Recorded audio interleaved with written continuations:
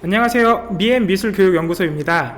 오늘은 소위 수시 학생부 종합전형 빅5라고 불리는 서울대, 홍익대, 고려대, 이화여대, 국민대 이 5학교에 합격하는 포인트와 특이사항을 체크하는 영상으로 인사드리겠습니다. 오늘 말씀드릴 대학들 모두 학생부 종합전형이라는 큰 틀에서는 공통점이 있겠지만 합격생을 선발하는 디테일에서는 조금씩 차이점이 있는데요. 오늘은 각 대학의 조금씩 다른 합격 포인트들을 살펴보겠습니다. 먼저 큰 틀에서 한번 정리를 해보자면 대부분의 학교들이 생기부만을 활용해서 1차 합격생을 선발하는 것과 달리 홍익대와 이화여대, 고려대는 학생부, 그리고 추가 서류, 면접 이렇게 3가지 요소를 활용해서 합격생을 선발을 합니다. 말씀드린 추가 서류 각각의 이름은 홍익대는 미술활동 보고서, 이화여대는 활동 보고서, 고려대는 창의활동 보고서 등으로 각기 다르며 거기에 따른 디테일은 각각의 학교를 살펴보면서 다시 정리해드리겠습니다. 서울대와 국민대는 추가 서류 제출 없이 학생부와 면접만으로 합격생을 선발합니다. 또한 국민대를 제외한 나머지 모든 학교들은 수능 최저컷이 존재하고요. 생각보다 기준이 까다로운 만큼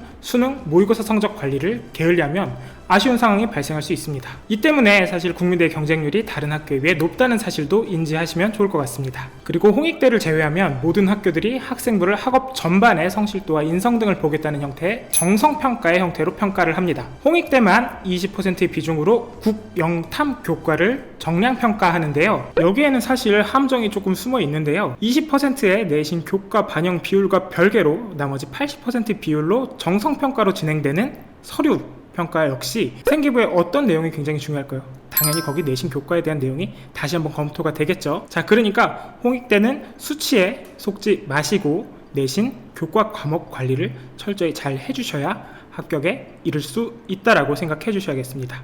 자, 그럼 이제부터 각각의 학교가 지닌 특성들을 한번 살펴보겠습니다. 먼저 홍익대입니다. 홍익대는 수시로 뽑는 인원이 매우 많고 캠퍼스 자율전공의 정원이 많아 갈 수 있는 방법 역시 다양합니다. 우선 가장 보편적인 진학 방법은 다들 잘 알고 계시는 미술 우수자 전형입니다. 세종캠을 포함하면 약 500명의 정원을 이 전형으로 뽑습니다. 앞서 말씀드린 대로 1차에서 교과, 학생부, 미술활동 보고서를 평가해 3배수를 먼저 선발을 하고요. 2차에서 1차 성적과 면접 점수를 합산해 최종 합격생을 선발합니다. 자, 그리고 홍대는 최근 전체적인 흐름을 정리할 수 있는 자소서와 뮤알부의 종합란을 평가 요소에서 제외했습니다. 자, 그래서 이게 폐지되기 전인 재작년과 폐지된 작년의 결과를 한번 비교를 해보면요, 말씀드린 대로 전반적인 흐름을 정리할 수 있는 요소들이 어떻게 보면 제거가 되다 보니까 생기부의 방향성이 정확해야 한다는 것이 홍익대 합격의 포인트라고 보실 수 있겠습니다. 좀 쉽게 정리를 해드리자면 그냥 우후죽순의 형태로 이런 미술활동, 저런 미술활동, 이런 활동, 저런 활동들이 이렇게 산발적으로 이루어지는 것보단 그것들이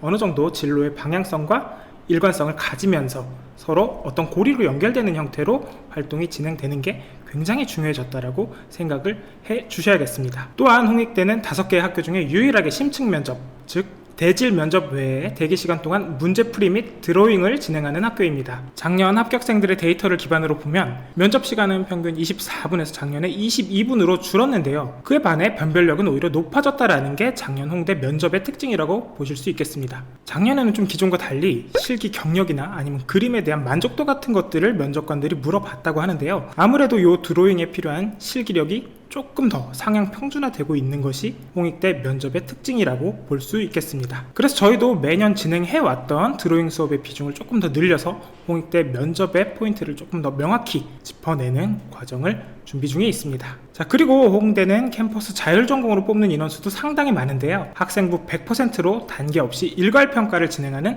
학교생활 우수자 전형, 그리고 내신 교과만을 반영하는 서울 캠퍼스의 학교장 추천자 전형, 세종캠의 교과 우수장 전형을 통해 홍대에 입학할 수 있습니다. 학교장 추천자 전형과 교과 우수자 전형은 국, 영, 수, 사 교과 과목 성적을 반영하고요. 세종캠의 학교생활 우수자 전형을 제외하면 모두 수능 최저를 맞춰야 합니다. 앞서 말씀드린 전형들은 전형들의 이름만 다르다면 중복 지원이 가능합니다. 간절히 홍대를 목표로 한다면 수시에서 여러 장의 카드를 홍대에 투자할 수도 있습니다.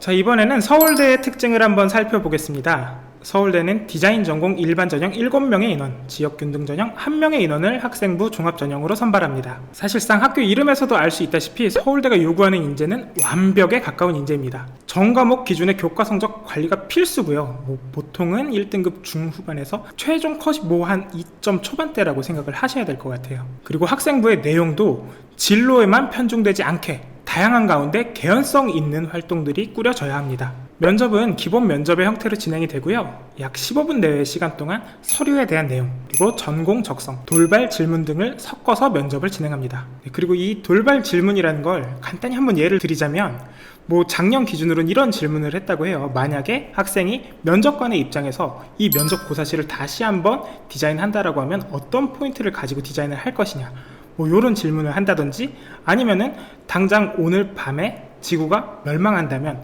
나머지 4시간 동안은 뭘 하면서 시간을 보낼 것이냐 같은 형태의 돌발 질문들이 최근에 많이 늘어나고 있는 추세라고 합니다. 그리고 서울대의 경우는 정원을 채우지 못하더라도 평가자의 기준에 학생들이 못 미친다라고 판단이 되면 선발을 하지 않고요. 수능 최저 등급 컷 역시 국, 영, 수, 탐 중 3합 7이라는 굉장히 타이트한 기준을 가지고 있습니다. 게다가 탐구는 다른 학교들처럼 유리한 한 과목만 반영을 하는 게 아니라 두 과목의 평균치를 내주어야 합니다. 서울대답게 각 단계 난이도가 매우 높고요. 최종 합격생은 평균적으로 4-5명 내외인 것이 서울대의 특징이라고 볼 수 있겠습니다. 이 중에 2명의 학생이 작년에 저희 미엔 연구소를 통해서 합격을 하게 됐죠. 어떻게 보면은 서울대 같은 경우도 포인트를 확실히 짚으면 그림의 떡과 같은 어려운 학교는 아니라고 생각하시면 좋겠습니다. 네, 이번에는 고려대를 살펴보겠습니다. 고려대의 특징은 정성평가이지만 교과 성적을 전과목 기준으로, 그 중에 특히 수학, 과학의 비중이 높습니다. 어쨌든 교과 성적을 전과목 기준으로 잘 관리해야 한다는 것이 첫 번째 특징이라고 볼 수 있겠고요. 그리고 배수가 5배수로 높기 때문에 2차 면접에서의 경쟁이 매우 치열합니다.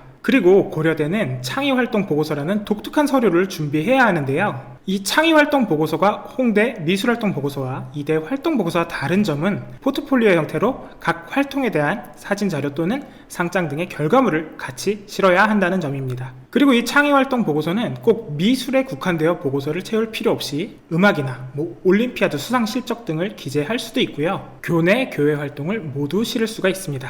물론 다양한 형태의 활동을 실을 수 있다는 거지 미대를 목적으로 한다면 되도록 미술과 관련된 내용을 기재하는 것이 유리합니다. 그리고 창의활동 보고서에 싣는 사진들은 사실 퀄리티가 아주 높을 필요는 없습니다. 교내 위주의 학생스러운 성실함이 묻어나는 형태의 결과물들을 고대는 선호한다고 보시면 되겠고요. 그리고 2단계에서 진행되는 면접은 작품이나 학생의 진로와 같은 비교적 평이한 내용의 질문들이 진행된다라고 보시면 되겠습니다. 그리고 다른 학교들도 물론 출결에 대한 부분들을 당연히 생각을 하겠지만 고대는 유일하게 출결에 대한 배점 기준을 두고 있는 것도 유일한 특징이라고 보실 수 있겠습니다. 네, 이번에는 이화여대를 살펴볼 텐데요. 이화여대는 1차 배수가 4배수로 큰 것에 비해서 면접의 비중이 20%로 적은 것, 그리고 비교적 수능 컷이 국, 영, 수, 탐 중 2합 7로 여유롭다는 것이 특징이라고 볼 수 있겠습니다. 반대로 얘기하면 그만큼 학생부와 활동 보고서의 중요도가 높다라고 볼 수 있을 텐데요. 활동 보고서는 교과 5개,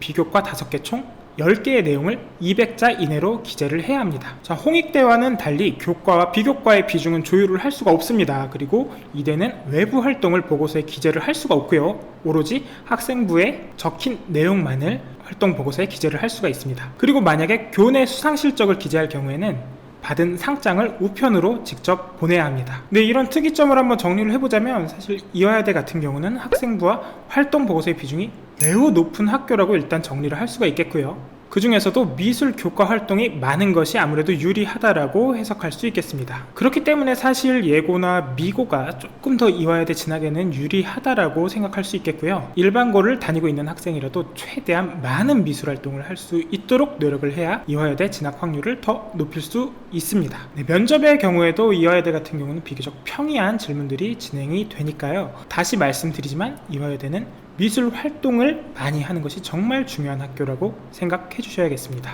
네, 마지막으로 살펴볼 학교는 국민대학교입니다. 국민대는 사실 대표적인 정시 기반의 학교로 분류되었지만 최근 신설된 AI 디자인과 15명, 시각 디자인과 10명 등의 정원을 수시에서 선발하기 시작하면서 학생부 종합 전형으로도 타겟팅할 수 있는 학교로 급부상하게 되었습니다.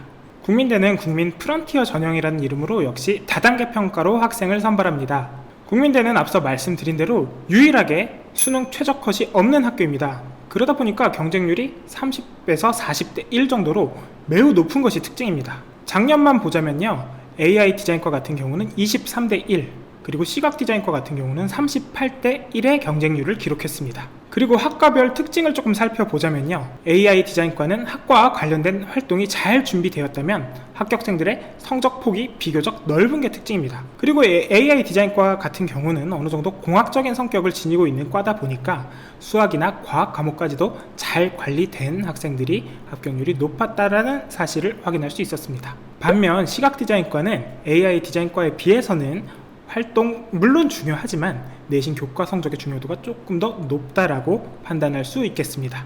물론 국민대 역시 학생부 내용에는 학과에 대한 명확한 이해와 진로 방향을 맞추는 형태의 개연성 있는 내용들을 채우는 것이 중요하다고 생각하셔야 합니다. 지금까지 학생부 종합전형 수시 빅5라고 불리는 학교들의 공통적인 내용과 개별적인 특징들을 한번 살펴보았는데요. 수시에서는 6개의 비교적 많은 카드를 활용할 수 있는 만큼 각 대학의 특성을 정확하게 이해하시고 전략적으로 준비할 수 있으시길 바라겠습니다. 네, 오늘 저희가 전달드릴 내용은 여기까지고요. 다음 시간에 더 유용하고 유익한 소식으로 찾아뵙겠습니다. 감사합니다.